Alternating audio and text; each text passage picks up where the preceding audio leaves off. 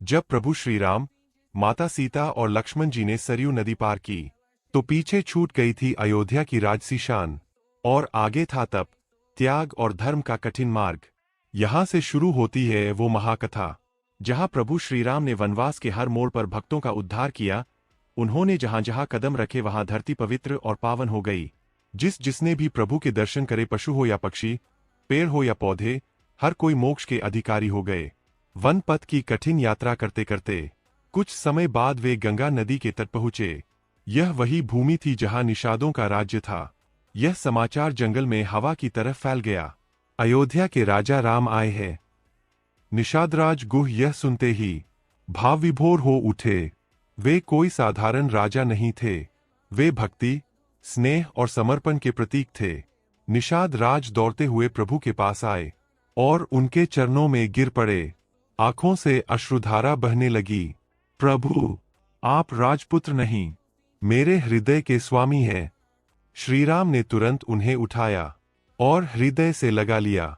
यह दृश्य बताता है कि भगवान के लिए जाति, राज्य और वैभव नहीं, केवल प्रेम मायने रखता है।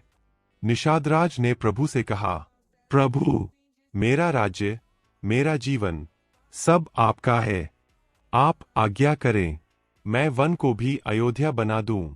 उन्होंने अटूट भक्ति के साथ प्रभु की सेवा की, फल, कंद, जल अर्पित किया और पूरी रात पहरा दिया।